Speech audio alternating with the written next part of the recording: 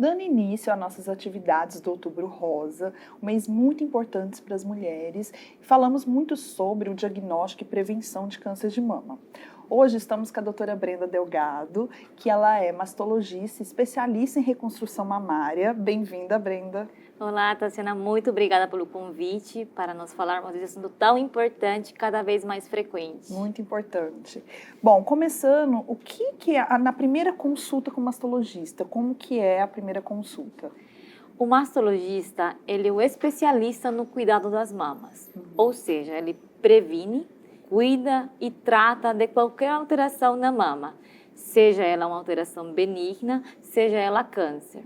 Então, quando o paciente chega no consultório para a avaliação, o mastologista ele vai primeiro colher as informações de o que motivou esse paciente para chegar na consulta. Ele vai colher informações sobre a história pessoal desse paciente, também história familiar, se há ou não casos em relação a tumores mamários ou de ovário na família. Além disso, ele fará uma avaliação clínica dos seios. Também ele irá avaliar os exames que esse paciente possa ter levado para a consulta, exames de imagem.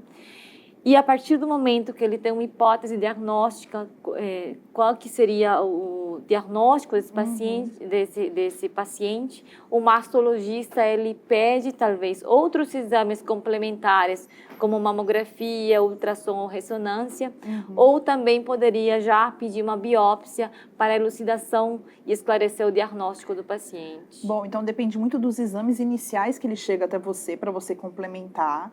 E lembrando que o mastologista, ele tanto trata a parte benigna e maligna, né? Sim. Falando de maligna, o que é câncer de mama? O câncer é uma alteração que surge a partir de uma multiplicação desordenada das células. Então, a partir de uma célula que tem uma alteração anormal na codificação, vai se gerar uma tumoração que nós chamamos de tumor maligno. Essa tumoração ela pode se mostrar como um nódulo que surge na mama, ou como um vermelhidão na mama, ou com outros sintomas que vamos mencionar mais para frente. E esse tumor ele tem o potencial de invadir outros órgãos. É isso que nós chamamos de câncer. E é verdade que é uma das doenças de maior incidência entre as mulheres? Sim, o câncer de mama ele é o câncer que mais atinge as mulheres. Na última estimativa do INCA, ele mostrou que mais de 73 mil mulheres foram atingidas com câncer de mama em 2023. E a gente espera que próximo de 74 mil novos casos sejam diagnosticados em 2024 e 2025. Então, é uma doença muito frequente, mais frequente ainda depois dos 40 anos. E falando um pouquinho do câncer de mama, quais que são os fatores de risco? O câncer de mama é uma doença multifatorial. Então, são múltiplos os fatores que vão fazer ele acontecer. Existem alguns fatores que nós temos controle e outros não. Os que nós não conseguimos modificar são o fato de ser mulher, de estar envelhecendo e o histórico familiar. E dos fatores que nós conseguimos ter controle são a obesidade, tabagismo, consumo de álcool, consumo de ultraprocessados, que esses fatores eles podem somar para aumentar as chances de câncer de mama. E tem algum grupo que seja de maior risco para o câncer de mama? Existe sim um grupo que nós chamamos de alto risco para câncer de mama. Nós vamos definir esse grupo de alto risco através de uma história da coleta de várias informações do paciente. Então, isso inclui história pessoal, a história familiar e também existe uma tendência genética. Então, o paciente de alto risco para câncer de mama, ele possui mais do que 20% de risco para câncer ao longo da vida, o que dobra as chances comparando com a população em geral. Esse grupo de alto risco para câncer de mama, eles têm um segmento personalizado para rastreamento do câncer. Então, este grupo precisa fazer o rastreamento antes dos 40 anos. A nossa recomendação é que todas as mulheres façam uma primeira avaliação com o mastologista aos 25 anos para definir qual que é a melhor idade para iniciar o rastreamento. Então, uma paciente jovem que está olhando mais para, ou que tem história familiar, ou que tem um desejo de começar uma prevenção, ele passa primeiro para o mastologista para ele saber quais são os fatores de risco na sua família, ou fatores de risco inerente a ela, ou ambiental, e aí você estimativa quando que vai começar o rastreio, é isso? Sim, através das calculadoras de risco, nós conseguimos determinar se ela faz parte de um grupo de alto risco para podermos personalizar o rastreamento dessa paciente. Qual é a idade indicada para iniciar os exames de rastreio e até que idade a gente recomenda? Então, a idade ideal pela sociedade brasileira, né? E como a população está envelhecendo, se a gente tem uma idade limite? Eu queria que você falasse um pouco desse panorama aqui no Brasil. A recomendação da nossa sociedade para início dos exames de rastreamento para câncer são a partir dos 40 anos. Então, todas as mulheres devem realizar mamografia uma vez por ano a partir dos 40 anos. E essa mamografia deve ser feita até que a paciente tenha a saúde suficiente para realizar o exame. Ou seja, não existe uma idade limite para as pacientes pararem de fazer mamografia.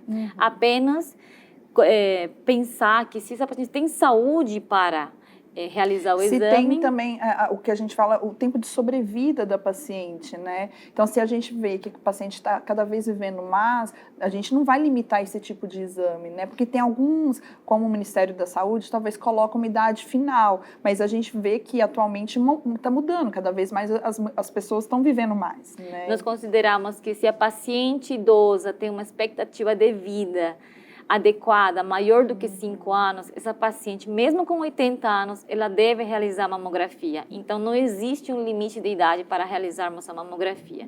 A outra recomendação importante é que as mulheres, aos 25 anos, façam a primeira avaliação com o mastologista, para elas tentarem verificarem se há necessidade de antecipar esse rastreamento. Então, ela passa inicialmente com 20, 25, vê se ela tem que antecipar, se não precisar e não tiver nenhum fator de risco, idealmente é começar aos 40 anos. E nesses exames, você faria mamografia. Quando a gente coloca o ultrassom de mama, ou começa pelo ultrassom de mama, ou sempre faz os dois, qual que é a sua visão sobre isso? O rastreamento ideal, ele deve ser com mamografia, sempre mamografia. Mamografia é a partir dos 40 anos. Então, o grupo de alto risco, ele vai iniciar com ressonância magnética a partir dos 25 anos. Pacientes da população em geral farão mamografia, que é o exame principal e ideal para rastreamento. E a partir da mamografia, nós vamos complementar esse exame com o ultrassom. Então, nenhum outro exame vai substituir a mamografia.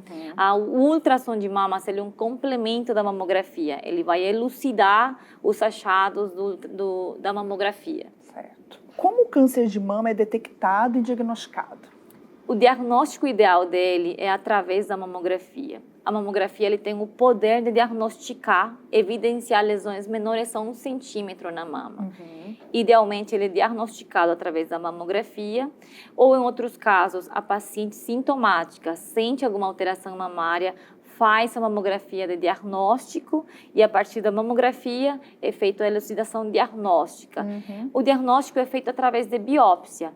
Então, o que a gente faz é colher um fragmento da lesão que está dentro da mama, que é um procedimento com anestesia local e ambulatorial.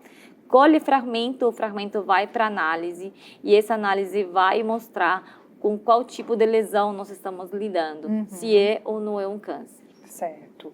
Bom, e quais os sintomas que a paciente... A gente falou um pouquinho, mas eu queria que você falasse um pouco mais abrangente, quais os sintomas que a mulher tem quando ela tem um câncer de mama, tanto inicial e avançado? O sintoma mais comum para o câncer de mama é o aparecimento de um nódulo no seio.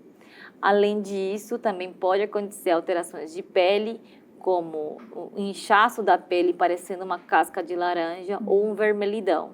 E esses casos é quando é mais avançado, quando está a pele alterada, né? Quando esse tumor atinge a pele ou gera uma inflamação, são casos mais avançados. Também pode acontecer alterações no mamilo, como retração do mamilo ou saída de líquido pelo mamilo, principalmente quando ele é espontâneo, transparente ou sanguinolento, eles chamam muito mais atenção para um alerta para o câncer. Também assimetrias mamárias, então ante qualquer alteração no autoexame da paciente, esse deve ser avaliado. A retração do mamilo também, né? Como você falou. Você faz muito reconstrução, né, mamária. Eu queria que você falasse um pouco sobre quando a gente tem um diagnóstico de câncer de mama, tem indicação de cirurgia e o melhor momento de realizar a reconstrução, de como a gente faz isso. É no momento já direto da retirada do tumor, é depois, e quando tem indicação de colocar o silicone ou colocar o expansor, como a gente pensa essa parte de reconstrução? A reconstrução mamária ela faz parte do tratamento.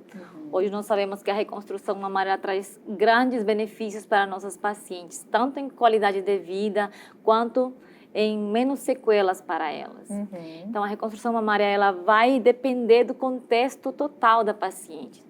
Quando há indicação de reconstrução mamária, ela pode ser imediata, que é durante a retirada do tumor, ou ela pode ser tardia, que é anos depois de ter passado pelo câncer de mama. Essa reconstrução pode ser feita com o próprio tecido mamário, no caso das cirurgias que conservam e preservam o tecido mamário, ou ela pode ser feita através de uma mastectomia com o uso de implantes. Quando falamos em cirurgia conservadora, existem técnicas simples de reconstrução para evitar defeito, como remodelamento do tecido mamário para evitar deformidades. E geralmente é mais característico de tumores iniciais, que você consegue fazer esse tipo de cirurgia, né? Quanto menor seja o tumor, menor é a deformidade ou o defeito que ele vai deixar. Para tumores maiores, talvez mais avançados, ressecções mais amplas são necessárias.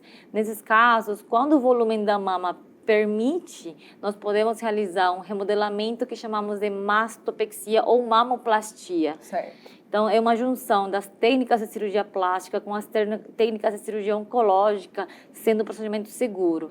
E, assim, quando você faz a reconstrução, você já tenta fazer a simetrização nas duas mamas? Ou você primeiro foca que você tem que retirar o tumor e depois você volta para simetrizar? Como que é essa ordem? O objetivo principal é a mama que está em tratamento. Então, pelo geral, nós vamos focar na mama em tratamento.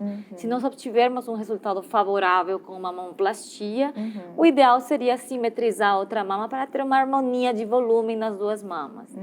Quando, por algum motivo, não há condições clínicas da paciente para realizar um procedimento mais longo, que demande mais tempo para essa paciente, aí deixamos essa cirurgia contralateral para um segundo tempo. Existe outro cenário, que é a mastectomia, falando em reconstrução, com o uso de implantes mamários. Nós podemos usar, a ferramenta mais utilizada para a reconstrução mamária é o implante mamário. E o caso do expansor tecidual, que também é uma ferramenta para uso de reconstrução, nós usamos principalmente para aquelas ressecções amplas, onde foi necessário ressecar bastante pele da mama e não há espaço suficiente para colocar um implante mamário. Nesses casos, nós podemos usar o expansor tecidual, que é um balão que é murcho, que a gente vai expandindo ao longo do tempo para ganhar elasticidade da pele. E aí, no futuro, você vai substituir pelo silicone? Sim, né? O expansor tecidual ele é um implante que é temporal. Geralmente, a gente aguarda 6 meses depois da radioterapia ou uma melhora da qualidade da pele da paciente para depois passarmos a troca pelo implante definitivo. Bom, gostaria muito de agradecer a doutora Brenda por todas essas importantes informações. Foi ótimo aprender cada vez mais um pouco sobre o câncer de mama e tentar fornecer mais as informações para os pacientes. Obrigada, Tassiana, pelo convite. Foi uma grande alegria poder falar mais sobre esse assunto e aproveitar esse mês que é tão especial e tão importante para nós que cuidamos do câncer de mama. Nossa, com certeza. Espero que vocês tenham gostado. Compartilhe, siga a gente e deixe um comentário.